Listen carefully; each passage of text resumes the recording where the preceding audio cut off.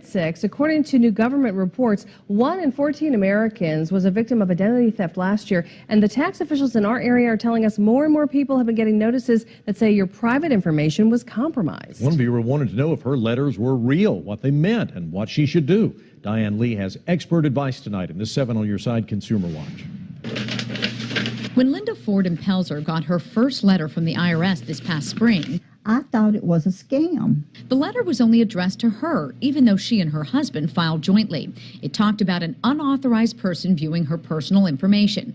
That raised alarms, but it was hard to get answers. So one day I stayed on the phone so long the battery died in my phone while I was trying to get through.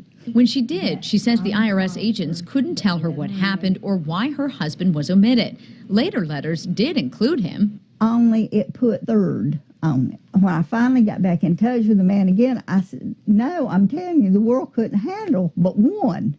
Ford kept her humor even when she learned the truth. We asked IRS enrolled agent Dan Thomas to help us get answers and soon discovered Ford was part of an IRS breach and someone had filed a return in her name. 500,000 people got letters like her, each one of them real. It's the shot across the bow. You know, you've been warned that your information has been compromised through the IRS's data. It's left our system and somebody else has it. And what should people do? Be proactive. Watch their bank accounts every day, periodically, their credit cards. Ford now checks her accounts several times a day, signed up for credit protection, and will be assigned a special IRS PIN number. It took 5 months to finally get the third removed from her husband's name. If there's one thing that you take away from this story, it's that Ford never lost a dime because she filed a month before the scammers did.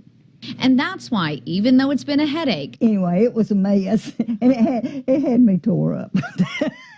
she can laugh about it and file early again next year. In Pelzer, Diane Lee, 7 on Your Side.